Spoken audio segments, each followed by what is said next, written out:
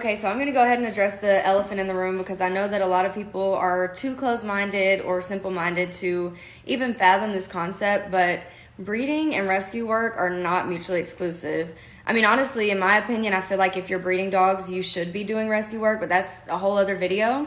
So, in me specifically, I would not label myself as a breeder, honestly. I'd label myself as a rescuer first because I've rescued hundreds and hundreds of dogs, and I'll never produce that many dogs, and never have. I've only had a couple litters.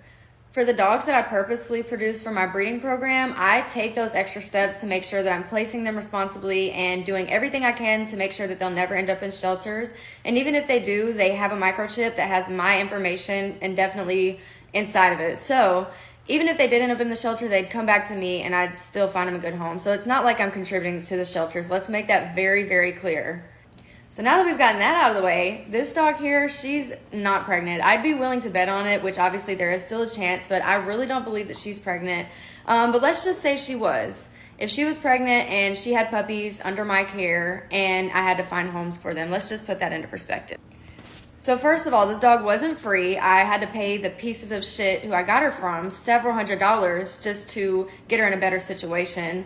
But then you have the $100 DNA test that I did for her. I spent over $100 on PetSmart before I picked her up. But then when I got her, I had to go back into PetSmart and buy a crate. So I'm already nearly $1,000 in on this dog.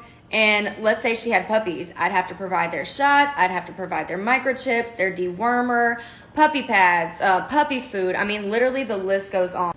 I'd probably have to do a DNA test for the puppies. I'd have to pay for their first vet visit, which for a litter of puppies can be up to $1,000 in my area.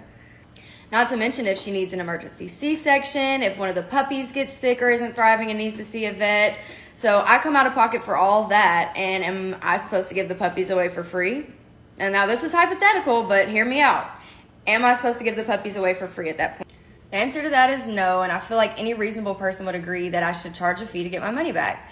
So even if I did advertise them for free, that would attract people like flippers, people who are going to take the dogs and breed them, and I can't necessarily weed those people out because when they know a dog is free, they lie and they manipulate and they do what they can to get the dog so that they can use it for their ulterior motives.